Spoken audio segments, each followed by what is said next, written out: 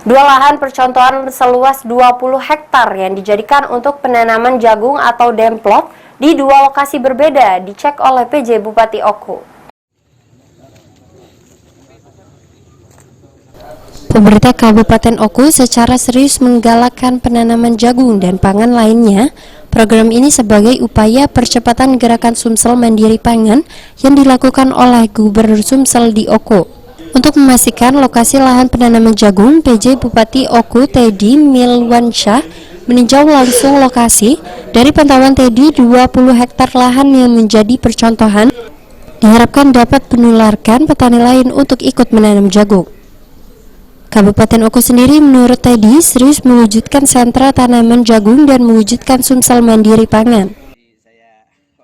Satu bulan ini bekerja sama dengan teman-teman dari TNI, Polri, Dinas Pertanian, termasuk dari teman-teman kelompok petani yang ada di Batu Raja ini, kami melakukan tanam uji coba atau demplot tanaman jagung.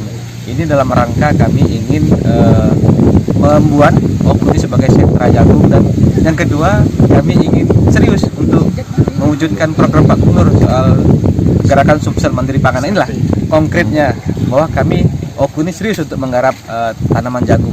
Ada berapa lokasi, Kak?